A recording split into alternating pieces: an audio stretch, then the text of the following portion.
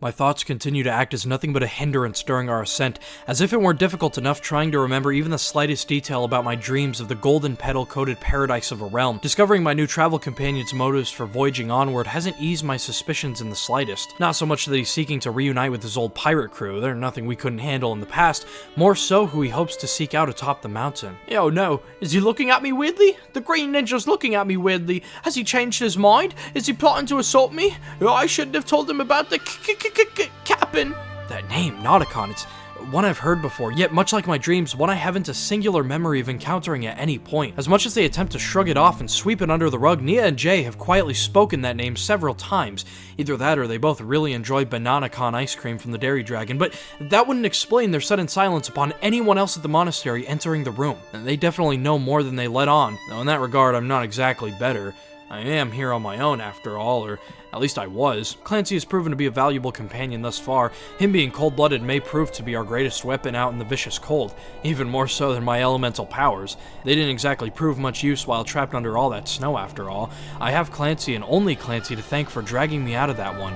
Otherwise, I may not even be walking here right now. I've adjusted to this new partnership quite well given my past experience with Serpentine alliances. After being backstabbed and betrayed time and time again by the Serpentine upon releasing them from their tombs, can't say I didn't deserve it to be fair, it feels poetic to now be working alongside a Serpentine who has a noble cause, which reminds me, once this climb has reached its end, I need to make sure the team's top priority is to track down Pythor. We haven't encountered him since that dispute over the Borg Watch, shortly after his attempts to destroy me on the Day of the Departed. I can only imagine whatever he may be plotting nowadays. I need to keep my head in the present though, one mission at a time.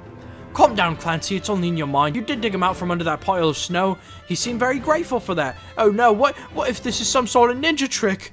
If only I wasn't so slow, I could...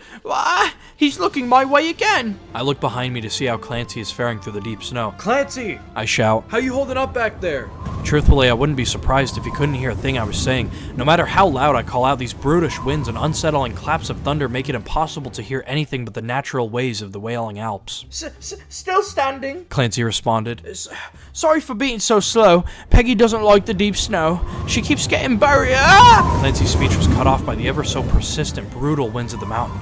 I stopped dead in my tracks, trying to see past the white walls of violent snow to see if Clancy is still in sight.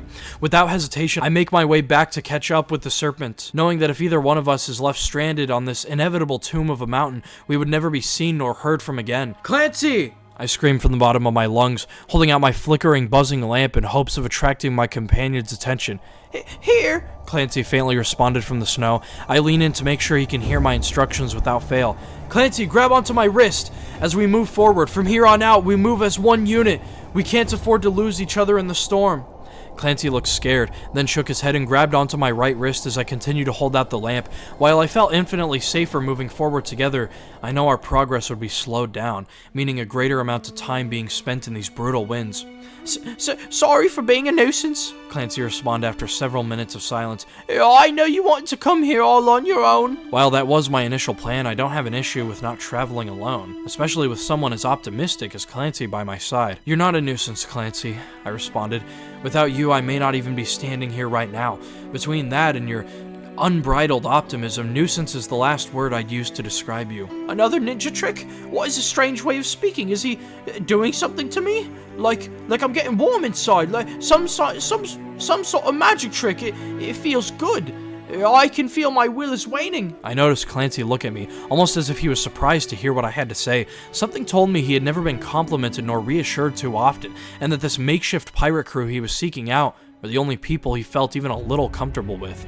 After a few more minutes of silence filled only by the gusts of aggressive wind, Clancy spoke up again. When we reach the top of the mountain... Clancy briefly paused to let the next gust of snow pass. When I meet up with my friends and maybe even Captain Nauticon, when we leave Ninjago for the Dark Island or maybe another realm, I think I will miss this journey. It took me a moment or two to properly register what Clancy had just said. Clancy, I responded. Why on earth would you miss this journey? It's been nothing but danger and near-death calls for us so far. I probably could have worded my response a little better, but I can't find any redeeming qualities in what we've encountered so far. It's not very often I get to venture on many exciting quests like this, The humble serpent responded. Most of my days are spent in quiet rooms all on my own. Nobody apart from my crew ever talks to me. Well, not nicely, at least. Yeah, I don't have many friends. Actually, I don't have any friends apart from Moppy and Peggy, of course. As if I didn't empathize with him enough, it was clear Clancy attached himself to things very easily. Part of me wants to bring him to the Serpentine settlement beneath Ninjago City. I think he'd fit in quite nicely with those of his own kind. Yet I know all he seeks is to reunite with his crew and sail on the Misfortune's Keep once again. Maybe I can present the option to him at some point, once I see with my own eyes how he's treated by his crew.